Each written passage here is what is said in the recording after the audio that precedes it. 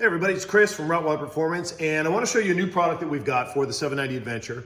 Now, admittedly, this product is not for everybody. It's for the people who really maintain their bike on a regular basis and pull the fuel tank on and off. And when we decided to build a race bike, one thing that we really didn't like about this bike is how the fuel line disconnects from the bike. I felt like I was going to break the delicate plastic spigot every time I pulled the tank off. So what you're looking at right here is the way that they come off stock is this entire fuel line is attached to the inside of the fuel tank and it comes off with it.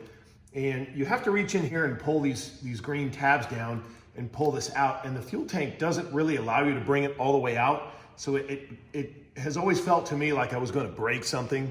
I've even lost this green plastic tab before and it fell down into the abyss of the motor and no magnet's going to pick that up. And it just really kind of frustrated me after a while. And I kind of longed for the days when the connections were down at the bottom. So this is kind of a race developed item that we came up with. I think certain people will like, where what we do is we put the fuel line on the chassis and it stays with the motor. So now it's not being dragged on and off the frame when you're taking the fuel tank off. It doesn't get pinched in the cases.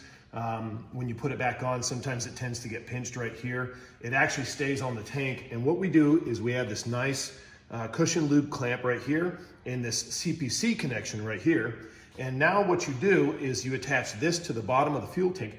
And when you put it on, you literally just plug that in like that. And it's that easy. The cushion loop clamp will hold the CPC connection really tight. And so you can pull it out with one hand just like that. We also offer a version with a zip tie fuel filter.